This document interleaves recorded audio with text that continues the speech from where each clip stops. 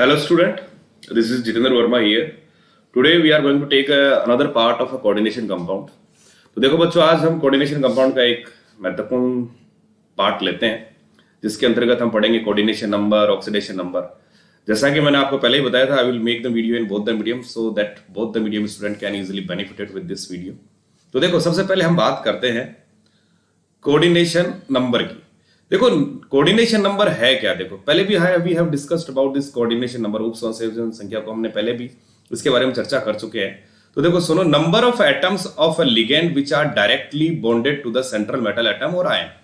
किसी भी संकुल में धातु आयन से सीधे जुड़ने वाले लिगेंड के दाता परमाणु की संख्या उप संयोजन संख्या कहलाती है. तो कहना क्या चाहते हो सर सेंट्रल कोऑर्डिनेशन नंबर के अंदर. तो देखो बच्चों, मैं ये कहना चाहता हूं कि जैसे अगर हम एग्जांपल ले, जैसे K4FeCN6 एक सिंपल सा एक एग्जांपल लेते हैं और यहां समझने का प्रयास करना मैं क्या कहना चाह रहा हूं. CN6, तो यहां पे ये जो सेंट्रल एटम है हमारा, सर सेंट्रल एटम है, ठीक है, सही कह रहे हो आप.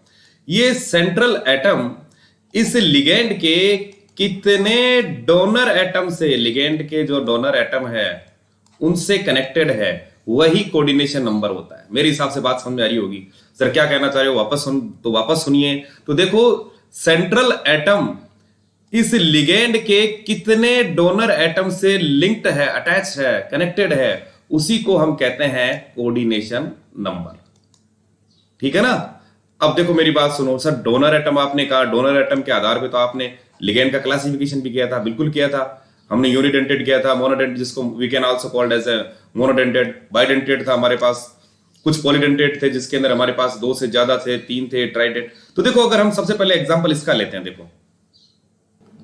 देखिए इस एग्जांपल के अंदर अगर हम इस कॉम्प्लेक्स को देखें तो सर इसमें जो सेंट्रल एटम है, मेटल आयन है हमारा, वो साइनाइड से जुड़ा हुआ है. यानी कहने का मतलब ये है कि सर ये सेंट्रल एटम इस लिगेंड के कितने डोनर एटम के साथ सिग्मा बॉन्ड बनाता है. बात सुनना और समझना. तो देखो, इन दिस कॉम्प्लेक्स, अगर हम इस कॉम्प्लेक्स की बात करें तो हमें पता है जो साइनाइड है वो सर कैसा है, एक दंतुक है. एक दंतुक यानी मोनोडेंटेड या यूनिडेंटेड लिगेंड है. तो डोनर एटम एक होगा. सर इसका कोऑर्डिनेशन हमारे पास आएगा 6. मेरे हिसाब से बात समझ में आ रही होगी. वर्नर के अंदर हमें पता है कि कोऑर्डिनेशन नंबर कौन सा होता था, प्राइमरी और सेकेंडरी वैलेंसीज के अंदर याद करो.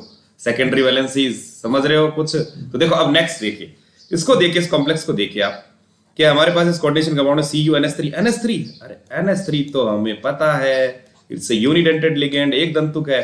तो जितना हमारे पास जितने डोनर एटम्स जुड़ा होगा यानी कोऑर्डिनेशन नंबर कितना होगा, 4. इस कॉम्प्लेक्स को देखो आप, FeCN6, तो CN भी क्या है, साइनाइड भी क्या है, हमारे पास मोनोडेंटेड लिगेंड है. तो मोनोडेंटेड है तो यहाँ कोई दिक्कत नहीं आएगी, सर इसका भी कोऑर्डिनेशन नंबर 6 होगा.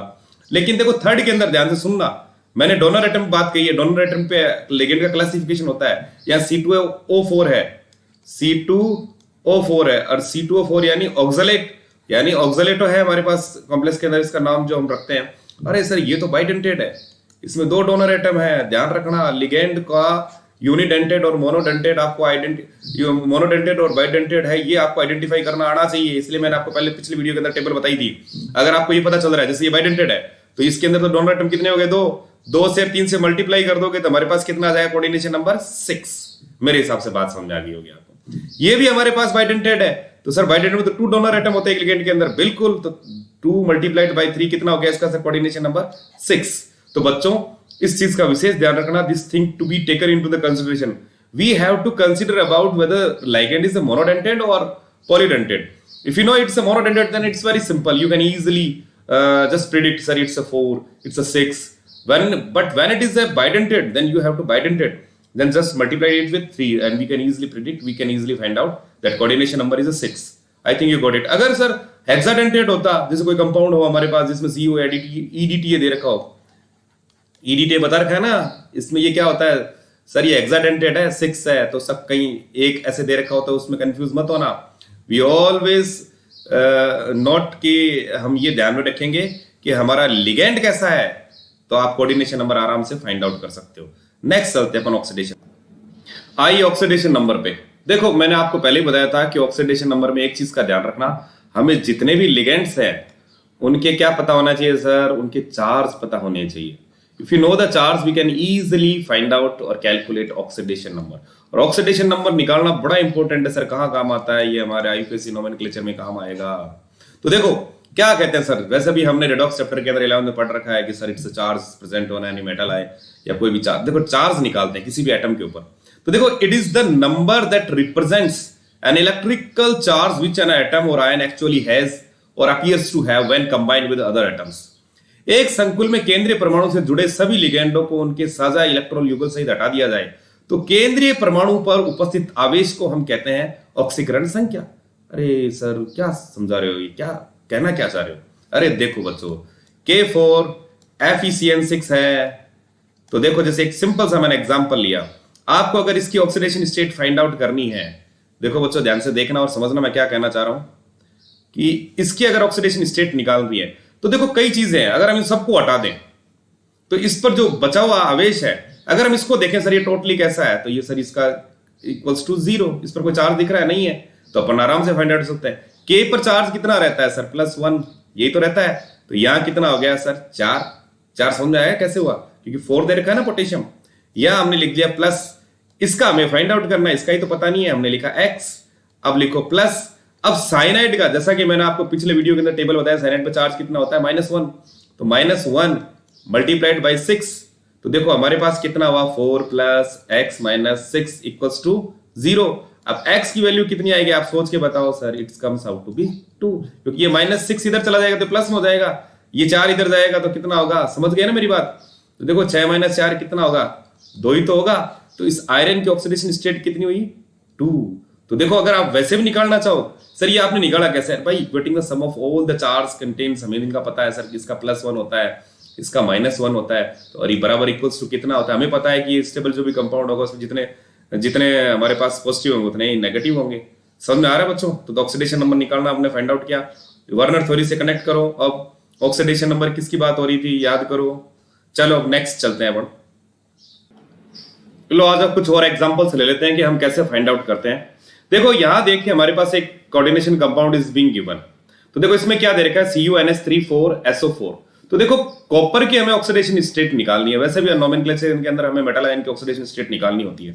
तो देखो बच्चों ध्यान से सुनना और समझना कि इसमें कहना क्या चाह रहा हूं कि सर इसमें NH3 में पता है सर ये तो न्यूट्रल लिगेंड है, इस पे कोई चार्ज नहीं है, 0 है बिल्कुल। सल्फर पे में पता है सर SO4 -2 ही तो होता है, तो देखो हम आराम से निकाल लेंगे सर x 0 + 4 - 2 = 0 ही तो है ये, तो हमारे पास इसकी ऑक्सीडेशन स्टेट कितनी निकल के आई 2। तो मेरे हिसाब से बात समझ में आ रही होगी।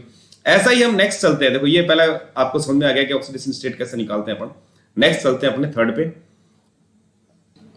आ जाइए इस नेक्स्ट एग्जांपल के अंदर हम देख रहे हैं K3 FeC2O4। देखो C2O4 ऑक्सलेट है हमारे पास, इस पे जो चार्ज होगा वो कितना होगा -2।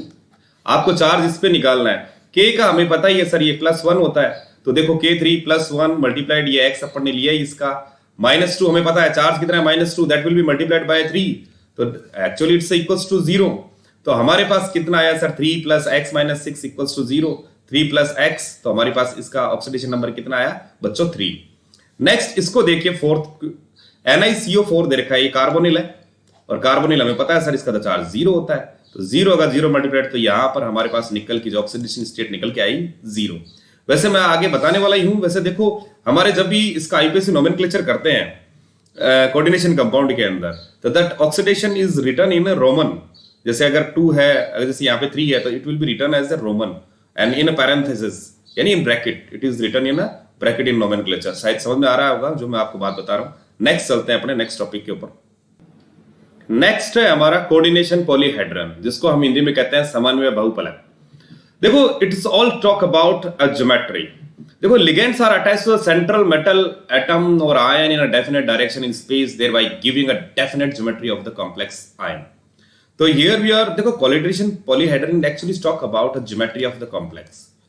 ज्योमेट्री ऑफ द कॉम्प्लेक्स को सर क्या कहना चाह रहे हो सर कि लिगेंड मेटल से जुड़कर किस तरह से एक अपना स्पेशल अरेंजमेंट, यानी ये स्पेशल अरेंजमेंट किस तरह से शो करते हैं कि एक डेफिनेट ज्योमेट्री बनती है, या हम इसको कहें the special arrangement of the ligand atoms which are directly attached to the central atom or ion is called as a coordination polyhedron.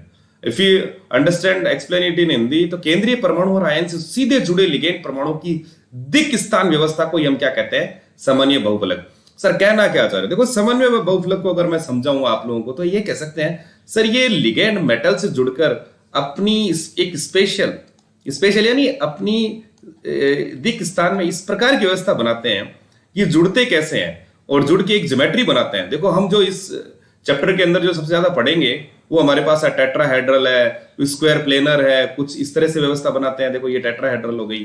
तो इसके अंदर हम ये देखेंगे कि सर हमारे पास जो कोऑर्डिनेशन पॉलीहेड्रल में किन कौन कौन से ज्यादा ऑब्जर्व किए जाते हैं। देखो बच्चों मैं नेक्स्ट इसको थोड़ा जूम करता हूं। देखो जनरली ऑब्जर्व हमारे पास कोऑर्डिनेशन पॉलीहेड्रा के अंदर जो हम देखते हैं, एक तो है हमारे पास टेट्राहेड्रल जिसको हम चतुष्फलकीय बोलते हैं। Here the ligand arrange in a tetrahedral way. देखो आप मेटल, ये हमारे पास मेटल है और ये लाइगेंड जुड़े हुए हैं। ऐसे जो कॉम्प्लेक्सेस होते हैं जैसे निकल हो गया, हमारा टेट्रा कार्बोनेट निकल है, ये टेट्राहेड्रल बनाता है। ठीक है ना बच्चों। अब ये कैसे बनाता है, क्या है, वो बीटी के अंदर हम पढ़ेंगे। स्क्वायर प्लेनर जिसके अंदर देखो प्लेनर यानी ये सारे लिगेंड इस मेटल के साथ एक ही तल में हैं। वर्ग समतलीय, हिंदी में इसको बोलते हैं वर्ग समतलीय। ध्यान से सुनना और समझना। तो देखो यहां जैसे इसका फेमस एग्जांपल है हमारे पास PtCl4-2।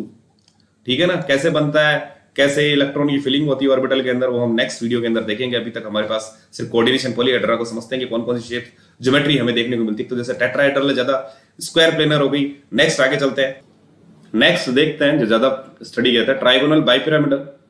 इसके अंदर हमारे पास मेटल के साथ जो लिगेंड जुड़े हुए कुछ इस प्रकार से होते हैं। देखिए हमारे पास ट्राइगोनल हो गया और ये बाइपिरामिडल हो गया। ठीक है ना। जनरली इसका जो एग्जांपल हमें देखने को मिलता है सर ये FeCO5 पेंटा कार्बोनिल आयरन के अंदर देखने को मिलती है। ऑक्टाहेड्रल तो सबसे ज्यादा पढ़ा जाएगा। देखो ऑक्टाहेड्रल में हमारे पास देखो ऑक्टाहेड्रल क्यों कहा गया, पहले तो देखो इसको ध्यान से देखो। यहाँ मेटल जुड़ा हुआ होता है इस लिगेंड, एक ये लिगेंड। तो देखो एक तरह से ये क्या करते हैं, अगर इसको देखें और समझें तो यहाँ 4 फेसेस यहाँ बनते हैं। देखो यहां से अगर देखें तो 4 फेसेस इसके बनते हैं ऊपर से। तो 4 ऊपर हो गए, 4 नीचे हो गए, तो टोटल कितने हो गए 8। That's why it is known as a octahedral. इसकी अगर आप शेप देखोगे तो it's comes out to be octahedral. Octahedral तो जैसे हमारे पास जैसे है CO NH3 6 3+, इस प्रकार के कंपाउंड्स के अंदर देखने को मिलता ही है। ठीक है। नेक्स्ट चलते हैं।